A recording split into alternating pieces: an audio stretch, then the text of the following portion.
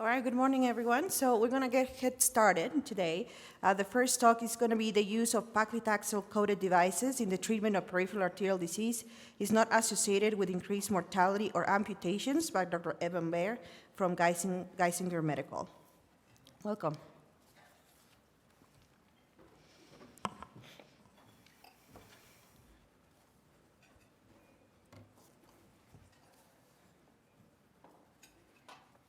Good morning. My name is Evan Baer, and I'm a second-year medical student at Geisinger Medical Center in Danville, Pennsylvania.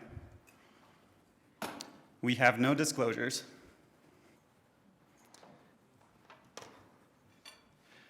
In 2018, a meta-analysis study published by Casanos et al. Indicated an increased mortality rate in patients who were treated with Paclitaxel-Coated balloons and/or stents, which led to an international pause in their use. A 2021 study by the same group suggested further risk in the form of major amputation following the use of Paclitaxel-Coated devices. These devices have since undergone significant safety reviews in their use on limb revascularization therapy. Since the initial meta-analysis was published, other studies have indicated varied results about the safety of paclitaxel.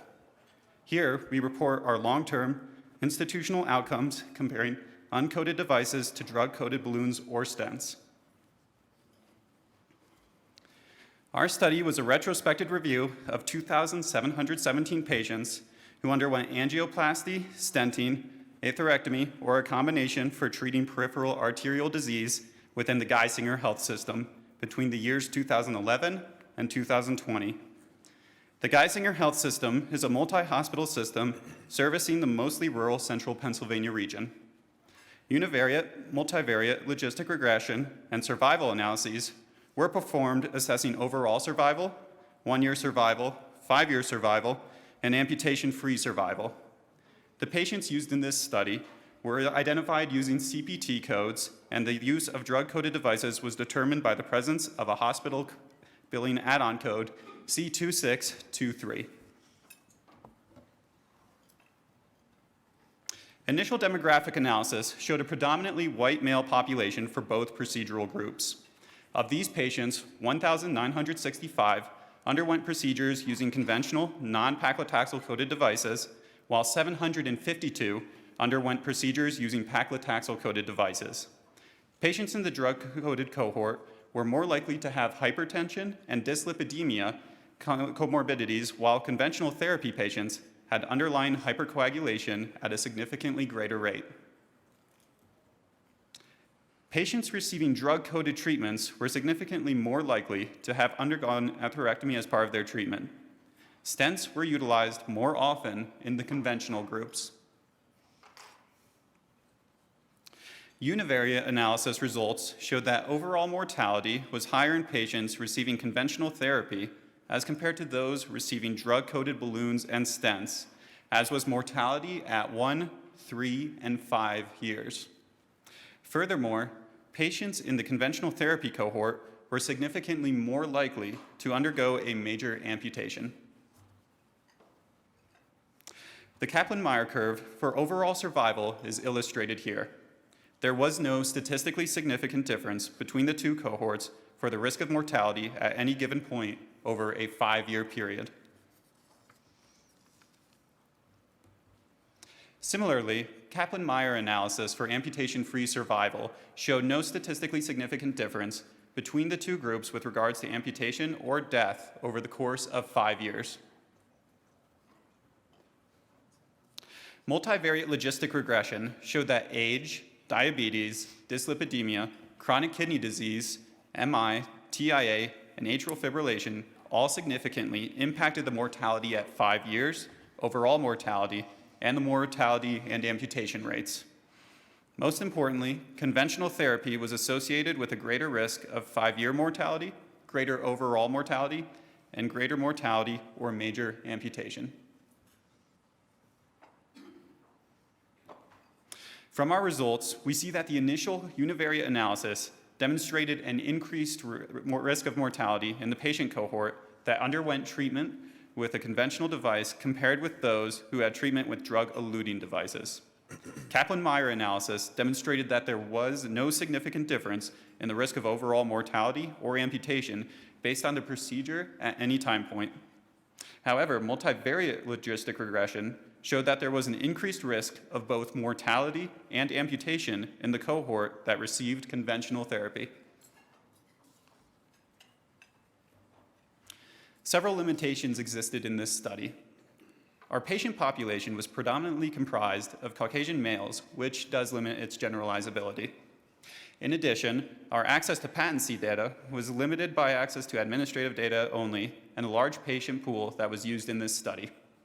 Finally, our patient population was limited to patients serviced by the Geisinger Health System, which conferred a geographic limitation as well, as this limited the scope of the study to central rural Pennsylvania.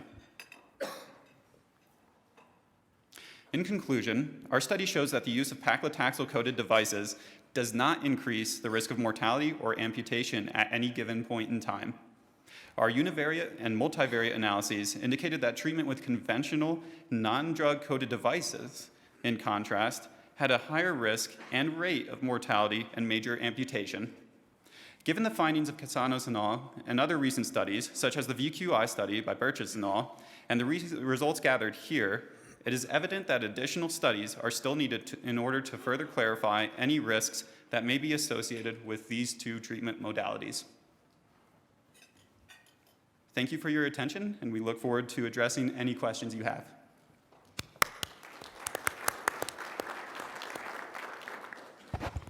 Excellent job, Mr. Baer. Before I get to the questions real quick, so what was your theory to kind of come to the conclusion that the conventional therapy was leading to higher mortality and amputations? Mostly based on what we saw here. We mostly were looking at first to see whether paclitaxel conferred a greater risk.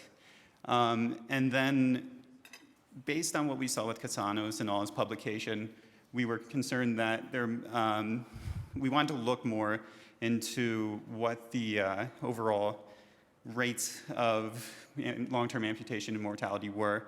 And so, because Geisinger uses quite a number of these treatment modalities in terms of paclitaxel-coated balloons, we decided to run these tests and determine whether there was an increased risk. We weren't looking so much for whether paclitaxel was protective, but we wanted to see whether there was a risk denoted with its use. And based on the long-term use of it in the Geisinger Health System, we ran this experiment and have since found that our results indicated that there was no increased risk. So I'm just going to step in here. I'm Greg Salzler. I'm That's my mentor, yeah. Yeah. So I don't think we really have a reason why there seems to be an association with the conventional therapy modalities and increased mortality. I think we were kind of surprised to find that.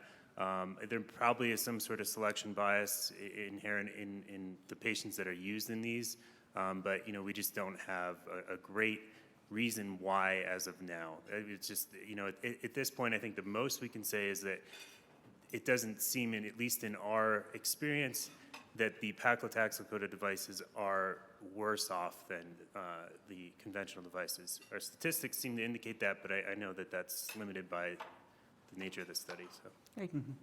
Dr. Conrad. Yeah, Mark Conrad from Boston.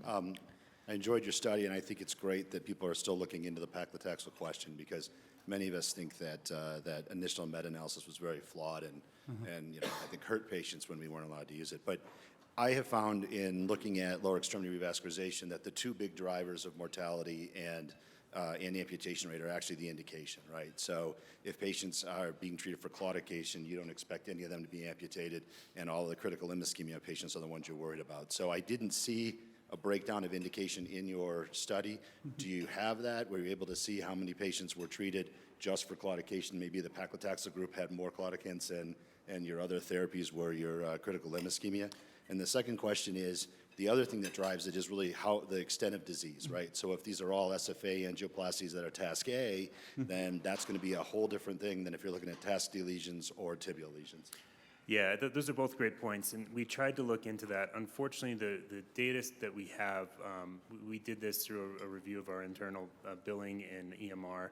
When we looked for indication, it got messy. And I think part of it was just the way that they're coded by the coders, I think we just really couldn't parse out fully what the indication was, and there were too many patients to do individual chart review. So, and I agree totally in terms of the indication as well, you know. Hey, Jordan Stern from Stanford. Really well presented. Thanks for coming to the VESS, and hopefully you tell all your medical school colleagues to do the same. And thanks for not wearing a tie. Quick thing about re-intervention. So were you able to see how many of these people were treated more than once? And because, you know, when we looked at our data, we certainly found that like re-intervention tends to favor paclitaxel-coated things. And if people are coming back because they're alive longer, then they're having more restenotic events and getting treated longer. So that may have influenced your mortality data also. That is a great question, and something that we intend to look at. We just haven't been able to figure out how to parse that out quite yet. So.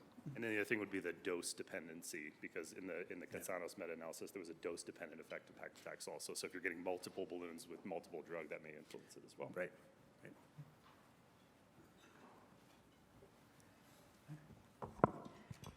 Thanks a lot. Thank you very much. Thank you. Good job.